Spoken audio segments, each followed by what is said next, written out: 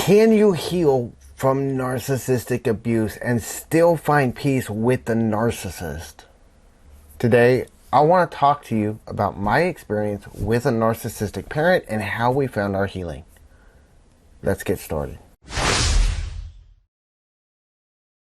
Welcome to the Serenity Journey. My name is James, and I help people find their pathway to inner peace. One of the biggest things that you can do if you need to find inner peace in your life is making peace with other people in your life. Even the toxic ones, even the ones that are very, very damaging. My stepmom was extremely narcissistic and controlling and manipulative.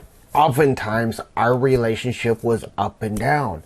There were times of calm and peace, but there were times where it was just a storm of everything coming in, and everything was just a lightning storm blasting us away.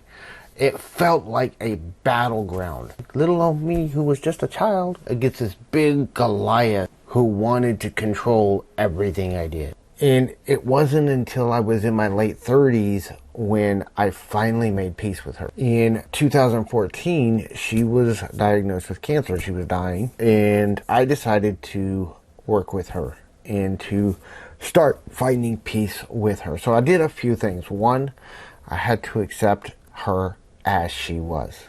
I didn't try to change her. I simply allowed her to be who she was. Now, this is really hard and difficult if you've been through a lot of abuse. And this is not about excusing their behavior or excusing what they did. Just allow them to be themselves without trying to change them. Number two was that I started writing. This is one of the things I do with my journaling all the time. I have a series of videos we've been doing on journaling, which you can check out right here.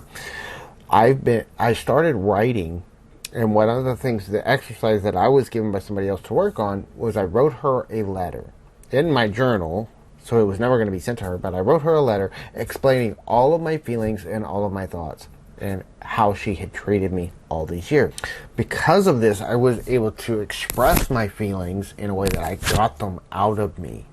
See, what happens a lot of times when we go through narcissistic abuse is we repress all of the feelings and how we felt in the abuse because we weren't allowed to express our feelings at the time. And we have to let those repressed feelings out. So the way I did that was I sat down and I wrote a letter to her about how I felt. And it was not about her actions as much as it was about how I felt about her actions. And it was about me and my feelings and where I stood. Then I ripped this out of my journal and I burned it. And as I burned it, I allowed those emotions to just leave. I let them go. I did talk with her and I found peace with her before she passed. Not everybody can. And not everybody needs to. This is just my experience of it. I was able to talk through her about some of the things that I had written in the letter, although we never talked about all of them. And because of that, she and I came to a place of peace.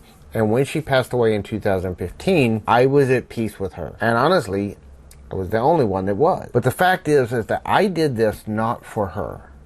I did not do this to please her, to make her happy, to make her passing safer and easier for her.